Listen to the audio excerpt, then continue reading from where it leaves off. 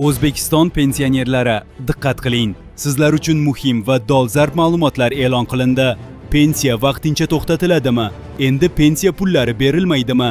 Rasmiy manbalar bu borada qanday izoh bermoqda? Tarqalayotgan xabarlar haqiqatmi yoki yana bir feykmi?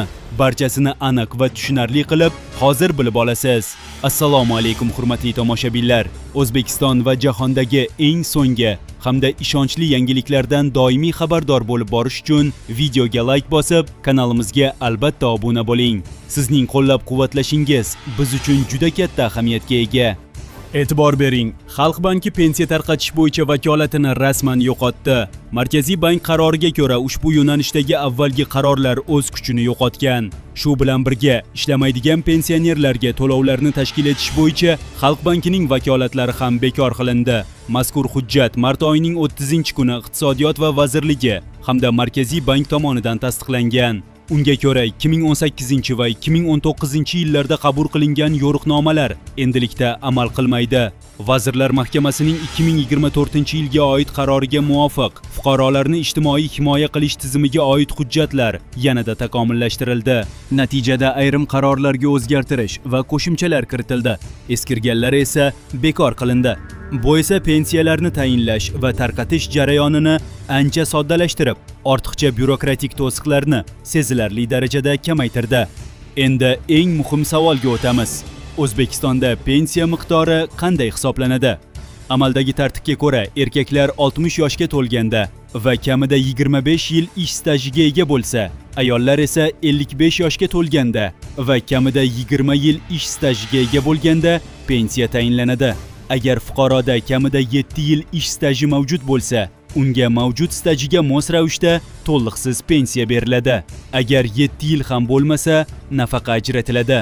Pensiya miqdorini hisoblashda asosiy e'tibor uning tayanch qismiga qaratiladi. Bu ko'rsatkich so'nggi 10 yillik mehnat faoliyatidagi eng yuqori ketma-ket 5 yillik oylik ish haqining 55% asosida aniqlanadi. Bundan tashqari, talab etilgan stajdan ortiq har bir yil uchun qo'shimcha 1% dan ustama qo'shib boriladi. Shuningdek, xizmat ko'rsatgan faxriy unvoniga ega fuqarolar uchun har oylik pensiyaga bazaviy hisoblash miqdorining 1,16 dan 100 dan ortiq barobari miqdorida qo'shimcha ustama belgilanadi. Yana bir yangilik, endilikda pensiya tayinlanganini tasdiqlovchi qog'oz guvohnoma berish bekor qilindi. Barcha ma'lumotlar maxsus axborot tizimida elektron shaklda yuritiladi.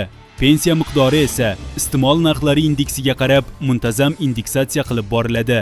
Shuningdek, harbiy xizmatchilar uchun ham muhim o'zgarishlar kutilmoqda.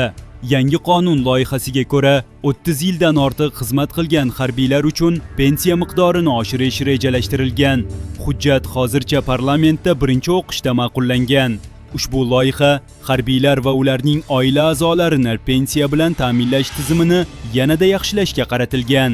Unda pensiya tayinlash shartlari, turlari va hisoblash tartibini takomillashtirish nazarda tutilgan. Eng e'tiborga molik o'zgarishlardan biri shuki, 30 yildan ortiq xizmat qilganlar uchun pensiya hisoblashda ish haqining inobatga olinadigan qismi 75% dan 100% gacha oshirilishi mumkin. Bundan tashqari, bazaviy hisoblash ko'rsatkichini ham oshirish taklif qilinmoqda. Ya'ni hozirgi 10 baravar o'rniga 12 baravar miqdor asos qilib olinishi mumkin.